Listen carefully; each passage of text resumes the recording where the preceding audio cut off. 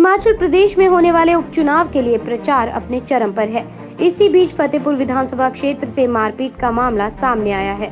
उद्योग मंत्री बिक्रम ठाकुर के पीएसओ पर एसडीओ शाहनहर संजय भारद्वाज ने मारपीट के आरोप लगाए हैं। देर रात पुलिस चौकी संसारपुर टेरेस के तहत शाहनहर के रेस्ट हाउस में हुई घटना के बाद पुलिस ने एसडीओ का मेडिकल करवाया व मारपीट का मामला दर्ज कर दिया है। इसके बाद इस मामले पर सियासत अब तेज हो गई है। उधर फतेहपुर से निर्दलीय प्रत्याशी राजन सुशांत के समर्थक भी मौके पर पहुंचे हैं। परमिट लगा हुआ था, वो अनऑथराइज्ड बंदे बैठे हुए थे। मैंने उनको पूछा कि उनको किसने बिठाया, तो ये कहते हैं कि मंत्री साहब बैठे थे थोड़ी देर पहले और उनके साथ से ये बंदे, और वो बोल के गए हैं कि इनको यहाँ ठहरा लेना। कौन मंत्री? अपने बिक्रम ठाकुर जी। तो मीनवाइल मैंने फिर अपने एक्शन साहब से फ़ोन पे बात करी कि ऐसे ऐसे मंत्री साहब के बंदे हैं और वो बोल गए हैं इनको कि इनको ठहरा लेना। तो मैंने अपने चौकीदार को बोला कि एक्शन साहब ने ही मुझे बोला कि 6 और 7 जो रूम हैं इनको दे दो, और जो अकॉर्डिंगली आपका रजिस्टर वगैरह भरते हैं, जो फीस है वो इनसे भरवा लेना सुबह। तो फिर मैं नीचे आ गया, तो ये फिर चौकीदार आया मेरे पास कि ये डिमांड कर रहे हैं कि हमें वीआईपी सेट खोलो। वहीं अब इस मामले में उद्योग मंत्री बिक्रम ठाकुर सामने आए हैं। उन्होंने फतेहपुर से निर्दलीय चुनाव लड़ रहे राजन सुशांत को इस षड्यंत्र का रचनाकार बताया है। बिक्रम ठाकुर ने कहा कि मेरा पीएसओ बीती रात मेरे साथ था। ये षड्यंत्र डॉक्टर राजन सुशांत व उनके बेटे द्वारा रचा गया हो सकता है। सुनिए आगे क्या कुछ कहा बिक्रम ठाकुर ने। आपका नाम क्या है? कहा जा रहा है कि बिक्रम ठाकुर जी और उनके जो पीएसओ हैं उन्होंने लड़ाई झगड़ा किया है कि एसडीओ के साथ। क्या है सर पूरा मामला? बहुत ही शर्म का विषय है कि चुनावी दौर में व्यक्ति किस तरफ और कितना गिर सकता है, उससे मैं बहुत ज़्यादा आहत भी हूँ। और ये कहा जा रहा है कि मेरे पीएसओ ने कल वहाँ रेस्ट हाउस के अंदर शराब पी के किसी की पिटाई की। मैं आपके ध्यान में ये लाना चाहता हूँ कि मेरा पीएसओ कल मेरे घर में मेरे साथ वहाँ पे कमरे में सोया हुआ था।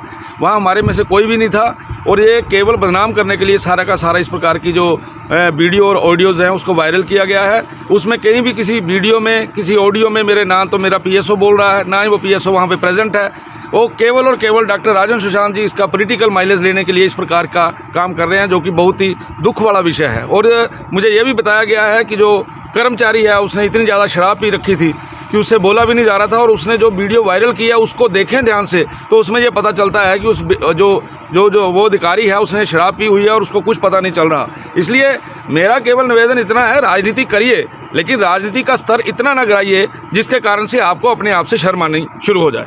एक चीज़ मैं और भी ऐड करना चाहता हूं कि सुबह उस अधिकारी ने मेरे पीएसओ को फ़ोन किया है और पीएसओ से उसने माफ़ी मांगी है, और एक जो है हमने उसकी रिकॉर्डिंग भी रखी है जिसमें उसने ये माना है कि आपका नाम मेरे से गलती से लिया गया है, मैंने पीएसओ का नाम मेरे से वैसे बोला गया है। और मुझे ऐसा लगता है उसने पुलिस में भी ये स्टेटमेंट दी होगी।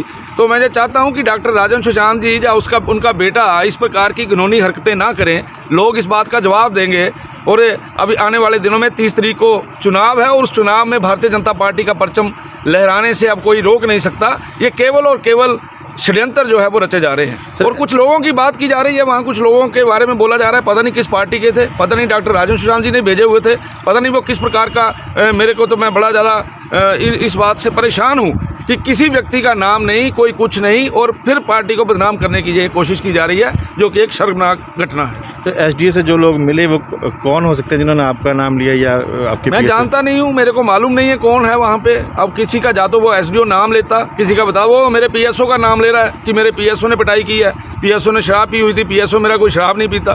तो इस प्रकार की जो शर्मनाक घटना है, इसकी जितनी निंदा की जाए उतनी कम है। बस अब छोड़ दे।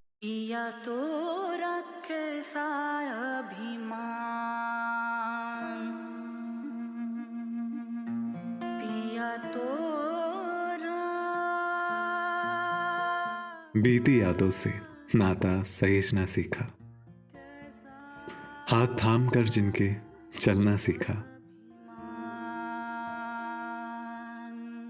गिरने लगती जब तो उनसे संभलना सीखा।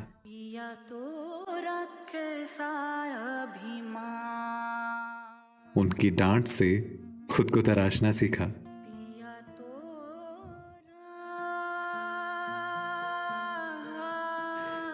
घर से दूर होकर भी दिल को हमेशा यह एहसास रहता है, उनका प्यार और फिक्र हमेशा मेरे साथ रहता है।